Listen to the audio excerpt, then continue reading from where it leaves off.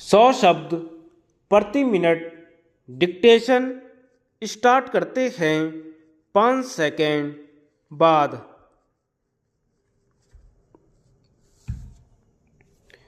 उपाध्यक्ष महोदय, क्या पश्चिमी बंगाल में पब्लिक सिक्योरिटी एक्ट नहीं है? क्या बिहार में पब्लिक सेफ्टी अधिकार काम नहीं कर रहा है? लेकिन इसके बावजूद भी यह सरकार विशेषाधिकार ले चुकी है। लेकिन इन अधिकारों के बाद क्या हो रहा है? 7 जून को जम्मू कश्मीर में क्या हुआ? श्रीनगर में क्या हुआ? श्रीनगर में 7 जून को गिरजाघर जलाए गए, महिलाओं का अपमान किया गया, नेशनल कॉन्फ्रेंस की एक जीप को आग लगा दी गई, किसी के खिलाफ कार्यवाही नहीं की गई। आप अधिकार लें और कार्यवाही न करें तो अधिकार लेना व्यर्थ है, और आप अधिकार लें और उनका दुरुपयोग करें तो अधिकार लेना घातक है। दोनों दृष्टियों से देखिए, इन असाधारण अधिकारों की आवश्यकता नहीं है। क्या इस बात से इनकार किया जा सकता है कि भारत सुरक्षा अधिनियम का दुरुपयोग किया गया? जासूसों को पकड़ने की बात समझ में आ सकती है, मगर इसमें विद्यार्थी पकड़े गए, सरकारी कर्मचारी गिरफ्तार किए गए, महाराष्ट्र में एक प्रेम विवाह को रोकने के लिए डिफेंस ऑफ इंडिया रूल्स का उपयोग हुआ था। गृह मंत्री महोदय महाराष्ट्र से आते हैं, इसलिए इस घटना को भूले नहीं होंगे। जिनको अधिकार दिया उन्होंने अधिकारों का दुरुपयोग किया, इसलिए अब वे अधिकार लेने के अधिकारी नहीं हैं।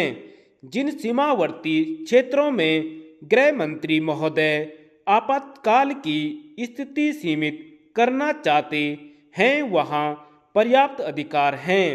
हमारे सामान्य कानून स्थिति का सामना करने में समर्थ होने चाहिए, और अगर वे समर्थ नहीं हैं तो फिर जो उस कानून का उपयोग करते हैं उनमें कोई दोष है, या यदि कानून में स्वयं कोई दुर्बलता है तो उसको भी दूर किया जा सकता है।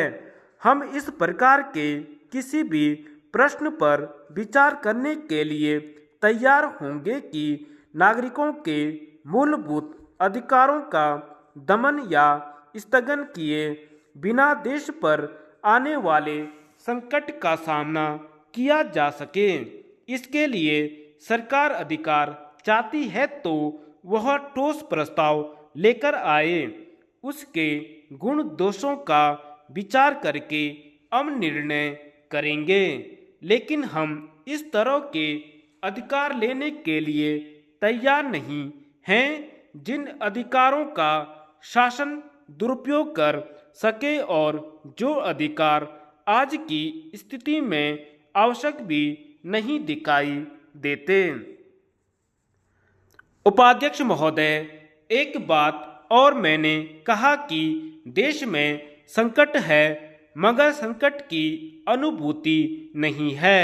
यह अनुभूति न शासन में है, न प्रशासन में है, न जनता में है, तो संकट काल क्यों है?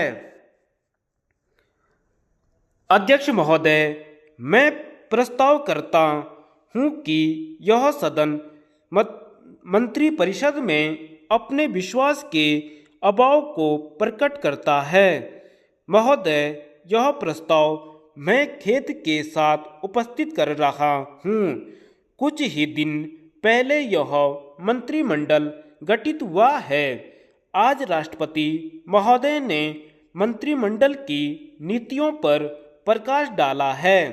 स्पष्ट है कि इस अविश्वास प्रस्ताव की सूचना मंत्रिमंडल की अन्य नीतियों के स्पष्ट होने से पहले ही दे दी गई थी और इसीलिए प्रस्ताव के साथ जो मैंने कारण दिए हैं उनमें केवल राजस्थान की स्थिति का संकेत किया है।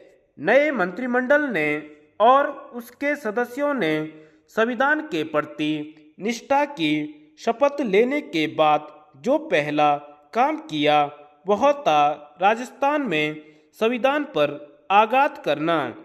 राजस्थान में राष्ट्रपति शासन लागू कर दिया गया, विधानसभा को स्थगित कर दिया गया।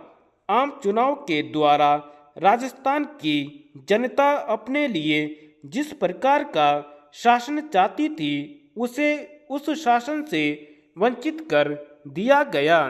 राजस्थान में जो कुछ हुआ वह लोकतंत्र की हत्या है। चुनाव के द्वारा जनता ने जो मत दिया है उसकी खुली अवहेलना है। वस्तुतः यह बड़ी दुखदायी बात है कि जब देश के अन्य प्रदेशों में ठीक ढंग से मंत्रिमंडल बने हैं तो केवल राजस्थान में और उसके साथ उत्तर प्रदेश में भी मंत्रिमंडल के निर्माण में न तो संविधान के अक्षर की न उसकी भावना का ख्याल किया गया है और न चुनाव के परिणामों द्वारा जनता ने जो अपना निर्णय दिया है उसका समादर किया गया। राजस्थान में जो कुछ हुआ उसकी देश में व्यापक प्रतिक्रिया हुई है। राजनीतिक दलों को छोड़कर जिन व्यक्तियों का राजनीति के साथ संबंध नहीं है, जो स्वतंत्र चेता है, आवश्यकता पड़ने पर जो विरोधियों की भी आलोचना करते हैं, उन्होंने भी राजस्थान में राष्ट्रपति शासन घोषित करने की केंद्रीय सरकार के निर्णय की कड़ी निंदा की है। समाचार पत्रों ने एक स्वर से इस कदम को अलोकतांत्रिक और अवैधानिक ठहराया। प्रश्न यह है कि आम चुनाव के तुरंत बाद जब जनता ने कुछ छूट-फूट घटनाओं को छोड़कर शांतिपूर्ण तरीके से मतदान में उत्साह से भाग लेकर लोकतंत्र में अपनी गहरी आस्था प्रकट की है, तो राजस्थान में इस प्रकार का दुखदायी दृश्य उपस्थित क्यों हुआ? गड़बड़ वहां से शुरू हुई जब राजस्थान के राज्यपाल महोदय ने यह निर्णय लिया कि विधानसभा में जो सबसे बड़ा दल है उसे वे मंत्रिमंडल बनाने के लिए निमंत्रण देंगे। धन्यवाद।